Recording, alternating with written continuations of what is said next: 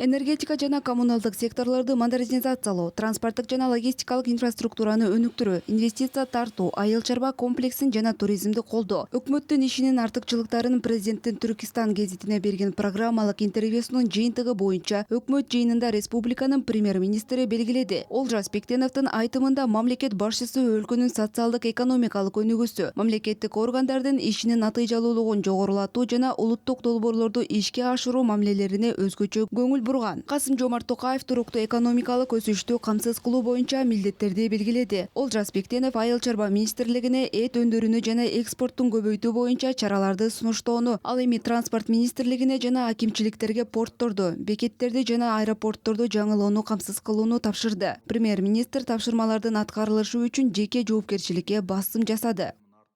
Барлык орталык жана жергиликтүү мемлекеттик органдар, улуттук компаниялар Бардык борборлорду жана жергиликтүү мамлекеттик органдарга, улуттук компанияларга аларды ийгиликтүү ишке ашыруу үчүн күч аракетти жумшоо зарыл. Өзүмдүн орун басарларыма президенттин тапшырмаларын өз багыттары боюнча аткаруу, ишти координациялоону тапшырдым. Мамлекет башчысы 2026-жылды санариптештирүү жана жасалма интеллект жылы деп жарыялады. Биздин негизги максатыбыз экономиканын бардык тармактарына эң жаңы технологияларды киргизүү. Мында ар бир жаран бул иштин практикалык таасирин сезиши керек. цифрлык өнүмдөрдүн оң нәтижесин әр азамат сезинүүгө тийиз. Олжас Бектенов белгилегенде, Казакстан санариптик чечимдерди жана кызматтарды ийгиликтүү кылып гана тим болбостон, аларды сата алган алдыңкы өлкөлөрдүн катарына кириши керек. Анын айтымында, өкмөт санариптештирүү, жасалма интеллекти өнүктүрүү боюнча координацияланган ишти курушу зарыл. Бул башкаруу процесстерин жаңыртуу, мамлекеттик органдардын натыйжалуулугун жогорулатууга жана маалыматтарды иштеп чыгуу борборлорун электр энергиясы менен камсыздоону камтыган ишенимдүү инфраструктуралык негизди түзүүгө тиешелүү.